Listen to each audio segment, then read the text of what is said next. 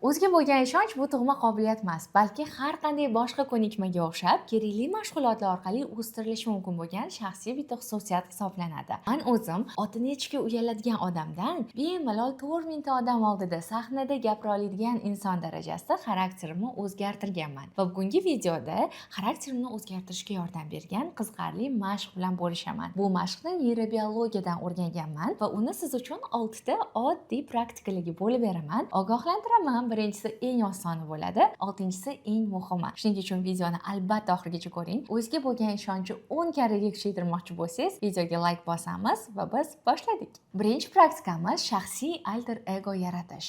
Juda ham mashhur bo'lgan psixologik eksperiment bor, nomi Batman effekti deb ataladi. Bunda yosh bolalarni ikki guruhga bo'lishadi. Bir guruhdagi bolaga shunchaki vazifani bajarish mashq beriladi. Ikkinchi guruhdagi bolaga esa tasavvur qiling, siz super qahramonsiz. Misol uchun Batman. Batman bu mashqni qanday bajargan bo'lardi?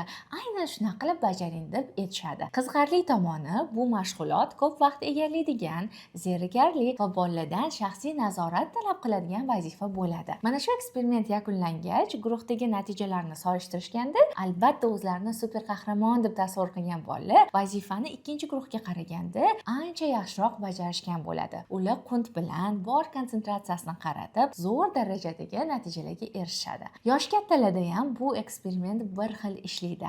Sababi miyamizda ko'plab qo'rquvlar, oldingi tajribamizga asoslangan travmalar qolib ketadi. Ya'ni, misol uchun, katta guruh oldida gapirmoqchi bo'lib qo'lingizni ko'targaningizda do'stlaringiz birdan yiqilib yuborgan bo'lsa, bu butun umr xotirangizga mixlanadi va har safar qo'lingizni ko'tarib gapirishga qo'rqasiz. Yoki ingliz tilida speaking ko'nikmangiz ustida ishlamoqchisiz. Bitta gapirmoqchi bo'lganingizda tutilib qoldingizmi, bu miyangizda shunday pattern bo'lib saqlanib qolinadi va keyingi safar gapirishga qo'rqib qolasiz.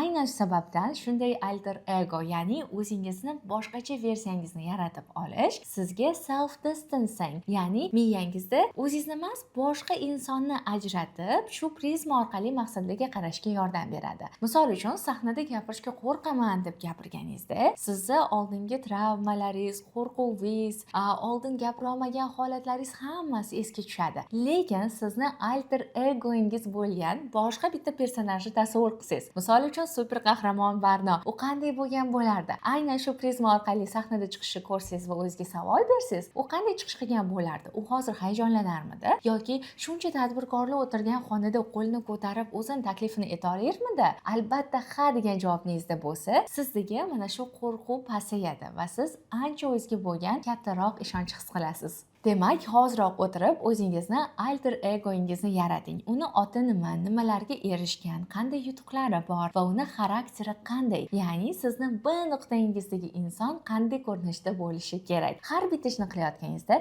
aynan u haqida o'ylang. Qila olarmidi? Jur'at etarmidi? So'rashga kuchi bo'larmidi? Qo'rqmasmidi? Va aynan shu prizma orqali bajarsangiz, qo'rquvlaringiz anchaga yo'qoladi. Lekin bu butun aysbergimizni faqatgina yuzasi hisoblanadi. Chunki faqatgina shu praktikani o'zi ishlaganda sizdagi ishonch 2-3 kun ichida yo'qolardi. Lekin bizning vazifamiz miyamizni kimyoviy darajada o'zgartirish. Shuning uchun ikkinchi praktikaga o'tamiz. Ikkinchi praktikaga o'tishimizdan oldin hozir butun dunyoda trendga aylangan iborani eslatmoqchiman. Cause winners lose more than losers will ever try. Ya'ni yutgan odamlar yutqizganlar qachondir qilib ko'rgandan ko'ra ko'proq marta aslida yutqizishgan bo'lishadi. Demak, ikkinchi praktikamiz bu kompetentlik va o'zga bo'lgan ishonch tushunchasini butunlay ajratib olish. Ko'pchilik o'ylashadi, qachonki o'z sohamda eng zo'ri bo'lsam, IELTSda 9 olganimdan keyin speakingda gapirishga qo'rqmayman. Hamma grammatikani o'rganib bo'lib zo'r gapirib ketaman. Yoki universitetda magistratura PhD qilgandan keyin yaxshi mutaxassisga aylanganimdan keyin menda o'zimga bo'lgan ishonch paydo bo'ladi. Aslida bu butunlay noto'g'ri fikr. Chunki miyamiz o'zga bo'lgan ishonch hissini obyektiv bo'lgan sizni mutaxassislik darajangizga qarab shakllantirmaydi, balki sizda bo'lgan tajribaga qarab shakllantiradi. Bu experience based confidence deyiladi, ya'ni tajribaga bog'langan o'zga bo'lgan ishonch. Miyamiz uchun zo'r bajarganingiz yoki qachondir yutqizib qo'yganingiz muhim emas, balki o'sha vaziyat bilan qancha ko'p to'qnash kelganingiz muhim. Ya'ni siz ko'p marotaba speaking qilsangiz, ko'p marotaba chiqib sahnada gapirsangiz, ba'zi paytda to'xtab uyalib qolgan bo'lsangiz ham, yoki ko'p marotaba o'rganayotgan narsangizni tajribasida qo'llagan bo'lsangiz, shunga qarab o'ziga bo'lgan ishonchingiz oshib boraveradi va buning uchun siz ishingizdagi eng dahshatli zo'r mutaxassis bo'lishingiz shart emas.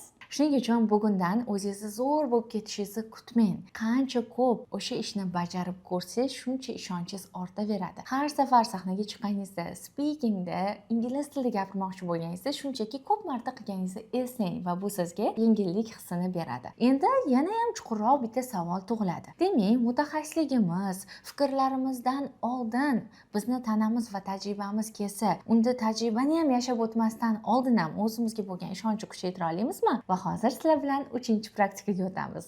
Endi yana ham chuqurroq savol paydo bo'ladi. Xo'p, demak, mutaxassislik kelishidan oldin ham bizga tajriba muhim ekan, lekin tajribadan ham oldin biz o'zimizga bo'lgan ishonchni kuchaytira olamizmi? Ya'ni sahnaga chiqishdan oldin qanaqa qilib odamning o'ziga bo'lgan ishonchi kuchaytirilishi mumkin? Shunaqa qilib sizlar bilan 3-praktikaga o'tamiz. 3-praktikamiz bu bir ishda o'zingizni sinab ko'rishingizdan ham oldin o'zingizni tana harakatlaringizni nazoratga oling. Nima uchun? Chunki bizni tanamiz, eye contact, ko'zga qarashimiz, o'zimizni tutishimiz butunlay gormonal fonga o'z ta'sirini ko'rsatadi. Chunki buni qanday bog'liqligi bor desangiz, kortizol va testosteronga sizni pozangiz to'g'ridan-to'g'ri ta'sir qiladi. Bu gormonlar esa vaziyatni o'z nazoratingiz ostida tutishingizga bog'langan hisoblanadi. Bu degani super qahramon pozasiga turib olib 2 daqiqa ichida siz super o'ziga ishongan odamga aylanib qolasiz degani emas. Shunchaki miyamiz doimiy tarzda tepadan pastga signallar beradi va siz umurtqangizni tikka tutganingizda, boshingizni teparoq ko'targaningizda, ovoz toningizni sekinlashtirganingizda va nafas olishingizni nazoratga olganingizda miyada xotirjamlik hissi paydo bo'ladi. Miyada bir vaqtni o'zida ham o'zimga ishona olmayapman, hayajondaman degan signal bilan tanadagi o'ziga bo'lgan ishonchlik signalini uyg'unlashtirish qiyin. Shuning uchun siz ochiq pozada umurtqangizni tikka tutib, ovoz toningizni sekinlashtirib, nafas olishingizni nazoratga olganingizda birdaniga o'zingizga bo'lgan ishonchingizni hissi ortadi. Shunday qilib tasavvur qiling, sizni alter egoingizdagi odam qanday pozada turadi? Kimdir bilan gaplashayotganda bunday bukchayib olib, zo'rg'a uyalib gapiradimi yoki o'zini erkin tutib, ochiq pozada shoshilmasdan gaplashadimi? Siz nafaqat u insonning shaxsiy xususiyatlarini ko'chirishingiz kerak, balki tana harakatlarini ham o'rganishingiz kerak. Shunday qilib, fake it until you make it. O'xshamaguncha o'xshagandek qilib o'zingizni ko'rsatavering.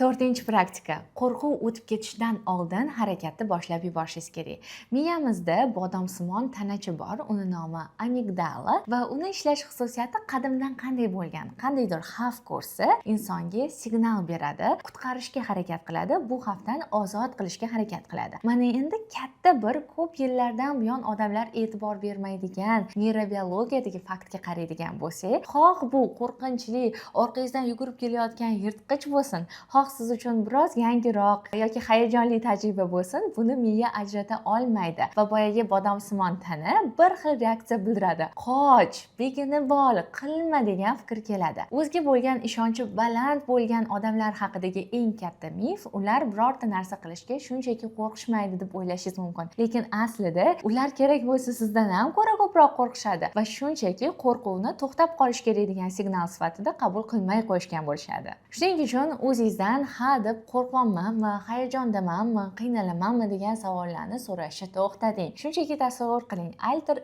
egoingdagi inson hozir qo'rquv hissi o'tib ketishini kutarmidi yoki shunchaki chiqib ko'rarmidi? Mana shu narsaga e'tiborli bo'lishingiz kerak. Shuning uchun o'zingizdan ha deb hayajondamanmi, qo'rqyapmanmi, o'xsharmikan degan savollarni so'rashni to'xtating. Shunchaki o'zingizga savol bering. Alter egodagi obrazim qo'rqarmidi yoki shundoqqina chiqib qilib ko'rarmidi?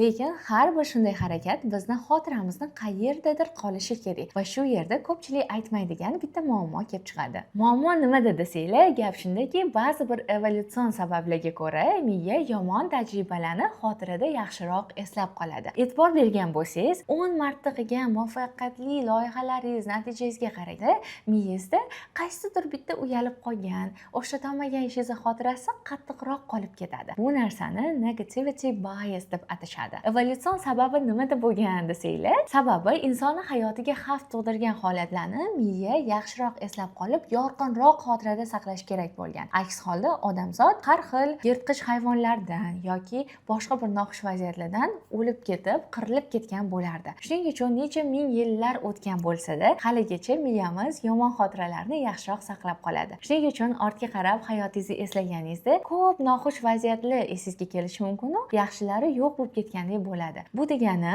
yomon vaziyatlar ko'p bo'lgan emas, shunchaki miyangiz ularni yaxshiroq eslab qolgan.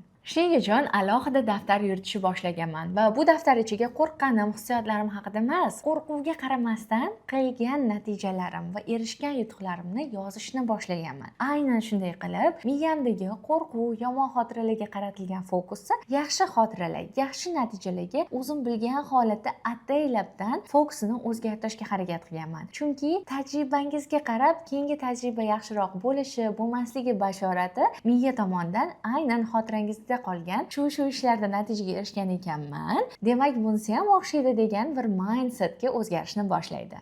Endi siz ham izohlarda yozing. Sezganmisiz? Qayerdadir adashib qolganingiz yoki uyalib qolganingiz xotirangizda haqiqatan ko'proq qolib ketgan. Ko'proq shu vaziyatlarni, noxush vaziyatlarni eslaysizmi? Albatta yozing va bugundan siz ham shunaqa ro'yxatni tutishni boshlang. Mana endi siz bilan 5 ta sanab o'tgan praktikamizni hammasini birlashtirib, qanday qilib kimyoviy darajada miyani holatni o'zgartirishga ham yetib keldik. Va so'nggi 6-praktikamiz bu albatta o'zga bo'lgan ishonchi, shunchaki xususiyat deb emas, balki trenirovka qilish orqali o'zgartirish mumkin bo'lgan narsadek qabul qilishni boshlash. Siz har safar alter egongizni tasavvur qilib, uni fikrlashi orqali, o'sha prizma orqali qaror qabul qilganingizda, miyangizdagi yangi neyronlar shakllanadi. Ular muvaffaqiyatli insonlarni qaror qabul qilishiga qaratilgan yangi neyronlar bo'ladi. Ikkinchidan, siz pozangizni har safar o'zgartirib, ikkilangan vaqtingizda ham yelkangizni keng tutib, chiroyli gapirib, ovoz toningizni nazoratga olsangiz, sekin-asta aynan shunday gapirishingizni dasturlaydigan yangi neyron bog'liqliklar shakllanadi. Yoki har safar muvaffaqiyatsiz vaziyatlarga qaraganda yaxshi vaziyatlarni o'ylab, qo'rquvingizga javob beradigan, o'sha e'tiborni yoqib qo'yadigan miyani bodomsimon qismini boshqa yaxshi narsalarni ko'rishga o'rgatadigan bo'lsangiz, yana bor e'tiborni muvaffaqiyatga qaratadigan yangi neyron bog'liqliklarni tuzilishiga sababchi bo'lasiz. Va bu xususiyatni biz neuroplasticity deb ataymiz. Har qanday inson miyasini muvaffaqiyatga, o'ziga bo'lgan ishonchga dasturlashi mumkin. Barcha o'rgatgan 5 ta praktikalarni doimiy ravishda bajarib boradigan bo'lsangiz, siz miyangizni haqiqatdan kimyoviy darajada boshqatdan dasturlay olasiz. Shunday qilib, men boshqa insonga aylanib qolmaganman. Shunchaki aynan shu mashg'ulotlar orqali o'zimni o'ziga bo'lgan ishonchi bor, baland bo'lgan inson sifatida qayta dasturlashga harakat qilganman. Mana shu aynan fake it until you make it. Sizda haqiqatdan o'ziga bo'lgan ishonch paydo bo'lmaguncha, xuddi ishonchi bor insondek o'zingizni tutaverasiz va iloji boricha ko'proq natijangizga e'tiborni qaratsangiz, qo'rquv va imkoniyat ko'rishga o'zgartirsangiz, pozalaringiz ustida ishlasangiz, siz haqiqatdan o'ziga ishonchi bor bo'lgan kuchli insonga aylanasiz. Va endi aktyorlik mahorati bilan alter ego obrazda yashashi shart emas. Siz haqiqatdan ham o'zingizni alter egoingizni tasavvur qilib qo'ygan insoningizga aylanib qolasiz. O'zingizni alter egoingizni yaratadigan bo'lsangiz, hozir kommentariyada yozing, uni ismi nima bo'lardi va qanday xususiyatlarga ega bo'lgan inson bo'lardi. Va aynan bugun o'qiladigan eng birinchi ish nima bo'lardi? Izohlarda shuni yozing. Har bittasini hammamiz o'qib o'zimizga motivatsiya olamiz.